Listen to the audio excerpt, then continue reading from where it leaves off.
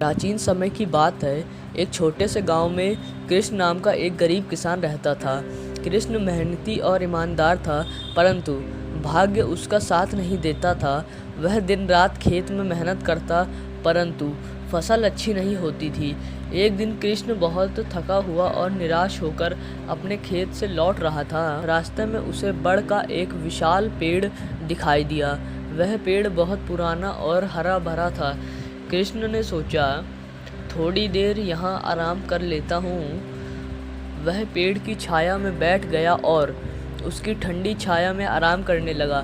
उसकी आंखें धीरे धीरे बंद हो गईं और वह नींद में डूब गया।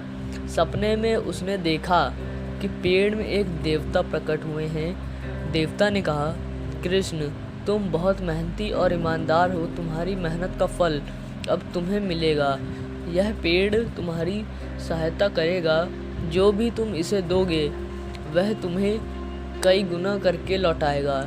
कृष्ण की नींद खुल गई। उसने सोचा, यह तो बस एक सपना था, लेकिन फिर भी उसने पेड़ के प्रति कृतज्ञता व्यक्त करते हुए उसे प्रणाम किया और घर लौट आया।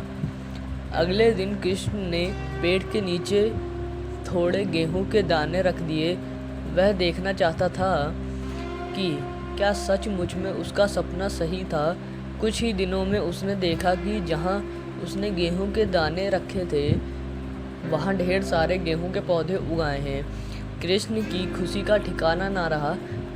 धीरे धीरे कृष्ण ने अपने खेत से निकले खराब फलों और अनाजों को पेड़ के नीचे रखना शुरू कर दिया।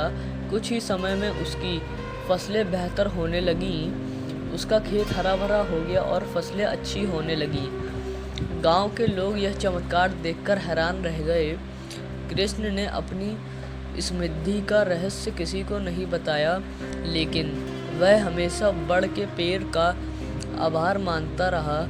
उसकी मेहनत और पेड़ के आशीर्वाद ने उसे गांव का सबसे समृद्ध किसान बना दिया। इस कहानी से हमें यह शिक्षा मिलती है कि मेहनत और ईमानदारी का फल अवश्य मिलता है। कभी कभी हमें सिर्फ थोड़ा धैर्य और विश्वास रखने की आवश्यकता होती है।